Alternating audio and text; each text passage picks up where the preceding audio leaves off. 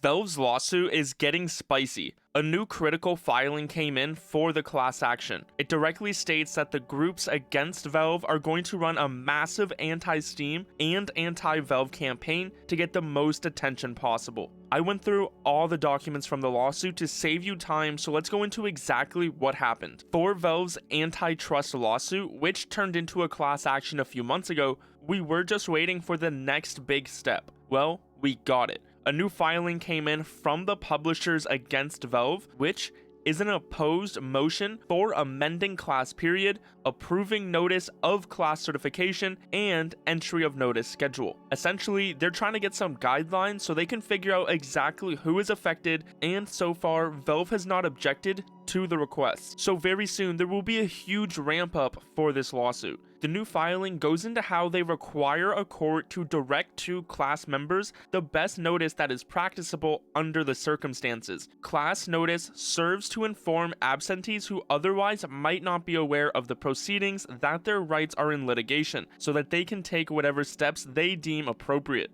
Essentially, their goal is to tell as many people as possible in case they didn't know the class action was going on. This isn't it though. The people suing Valve want the court to change the time period that decides who can be a part of this lawsuit. Right now, the class period starts on January 28th, 2017 and goes all the way until the lawsuit is completely finished, which could be years from now. So they want to set a specific end date instead. November 25th, 2024, the date the court officially approved this as a class action lawsuit. They continue with their plans for the notices and how they will use plain language that's easy to understand, going more in depth into their plans, including what the email and postcard notices will state, and even confirming that there will also be a toll-free hotline and a website containing the pleadings and orders from the case. The court certified a class of all persons or entities who paid a commission to Valve in connection with the sale or use of a game on the Steam platform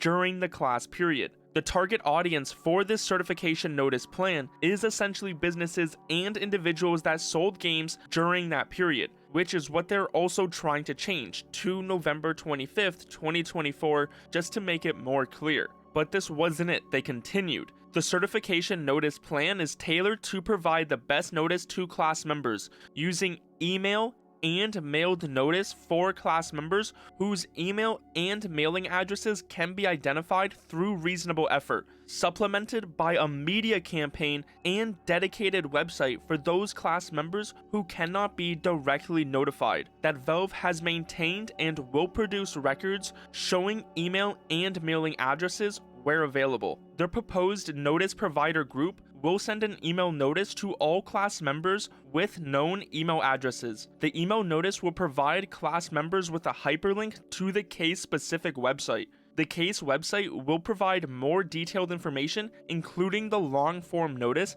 and case documents. In addition to the direct email notice, publisher plaintiffs propose sending a postcard notice to class members with mailing addresses that are reasonably accessible based on records produced by Valve. The postcard notice will list the telephone number for the toll-free hotline, as well as the case-specific website. The postcard notice will also include a QR code that takes class members directly to the dedicated website. Angion will then track mail that the United States Postal Service returns as undeliverable, and where feasible, will resend postcard notices using forwarding addresses or alternative addresses obtained from third-party information providers. So they will make sure as many people as possible get this postcard notice. But this isn't it. Angion will implement a media campaign that includes posting advertisements on multiple online platforms to provide additional impressions and attempt to reach class members who may not receive direct email or mailed notice. Confirming that the advertisements will run on Facebook, Instagram, LinkedIn, and Reddit. Angion will also create and operate a case-specific website for the class members that gives them access to electronic copies of the long-form notice and case documents.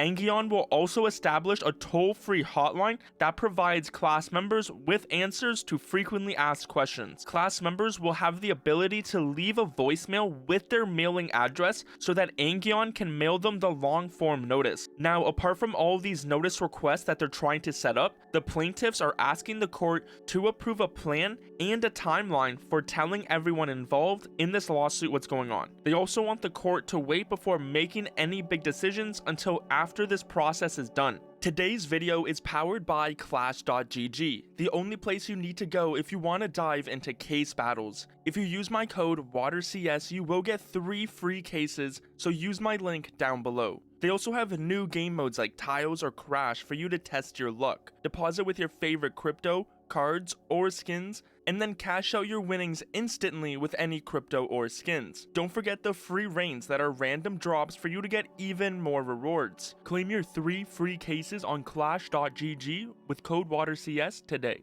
What they propose is that 21 days after the court says okay, Valve has to give the contact info of everyone to a company called Angion, who will send out the notices. 44 days after the court says okay, the publisher plaintiffs, aka the devs against Valve, will give Angion and Valve a list of everyone who needs to get a notice. 74 days after the court says okay, notices go out by mail, email, social media, and a website gets set up to share info about the lawsuit. 134 days after the court says okay, this is the last day people can say I'm out. 148 days after the court says okay, the publisher plaintiffs tell the court who said they want out. So it's a step-by-step plan that takes about 5 months total from when the court agrees, which at the moment they haven't, but is expected to be taking place shortly. So this is what the people suing Valve are asking the court to approve, which they say exceeds the current requirements. Now, directly in the document, it states Valve does not oppose the publisher plaintiff's motion, so it seems like they agree to notify people this way and set a timeline for the lawsuit. At this moment, we still don't have an official response from the court, which is what we are sort of waiting for now so we can move forward with the plan that they proposed. Since the Valve antitrust lawsuit turned into a class action a few months ago, it's just been filled with a bunch of lawyers joining and leaving as things are getting ready. But this would really put things into the next stage as they are gearing up to tell as many people as possible about this. In terms of what's next, well, we actually sort of already seen the timeline, so now it's just waiting for the court to decide. So over the next few months, I would not be surprised if you start to see anti-Valve ads that are all about this antitrust lawsuit. Now, this lawsuit shouldn't disrupt your gaming, as it refers to game publishers and developers who had sales on Steam between January 28th, 2017 and November 25th, 2024. So this is where we are for the Valve class action lawsuit. They want to run a huge campaign to let everyone know what's going on, and during that period they want to hold off on making important decisions, which should take roughly 5 months since the court approves it. Subscribe right now, as I will keep you updated when we learn more news for Valve.